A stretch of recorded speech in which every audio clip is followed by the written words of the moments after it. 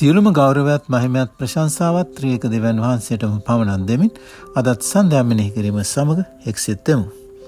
ශුද්ධ බයිබලයේ සාලමොන්ගේ ගීතිකාවේ මනමාලී තම ප්‍රේමවන්තයාව විස්තර කරනවා.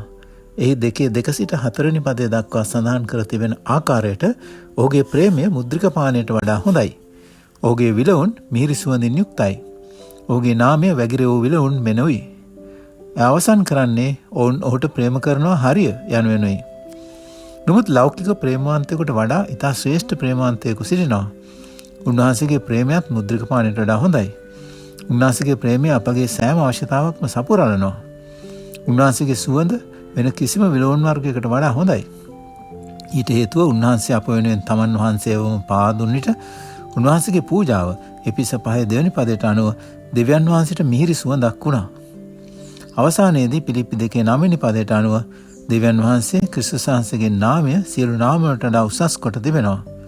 අපි උන්වහන්සේට ප්‍රේම කරනවා හරි. 1 යොහන් 4:19 වෙනි පදයට අනුව අප ප්‍රේම කරන්නේ උන්වහන්සේ පළමු කොට අපට ප්‍රේම කළ නිසායි. ක්‍රිස්තුස් වහන්සේට ප්‍රේම කිරීමට ලැබීම වරප්‍රසාදයකුයි. ඒ අපගේ ජීවිතයේ හොඳම අත්දැකීමයි. ඒ බව උන්වහන්සේට කීමට අපි කාලය වැය කරනවාද? අපගේ ගැලුම්කරුවන්ගේ අලංකාරය අපි වචන වලට නගනවාද? අපගේ ජීවිතවලින් අපි උන්වහන්සේගේ අලංකාරය පෙන්වන්නේ නම් ඔබ උන්වහන්සේට ප්‍රේම කරනවා හරිය යනුවෙන් අන් අය කියනු ඇති. අපි මෙනෙහි කරමු. දෙවියන් වහන්සේගේ ප්‍රේමය ගැන දෙව වචනේ අපට කියනවා. අපගේ ප්‍රේමය ගැන අපගේ වචන උන්වහන්සේට කියනවා. අපි ආඥා කරමු ප්‍රේමණීය දෙවියන් වහන්සේ අපි ඔබ වහන්සේට ප්‍රේම කිරීම හරි. ඔබ වහන්සේ කරේ අපගේ ප්‍රේමය තවදුරටත් ගැඹුරු කළ මැනව. ඔබ වහන්සේගේ අලංකාරය අලුත් ආකාර වලින් දැකීමට අපට උපකාර කළ මැනව. ආමේන්.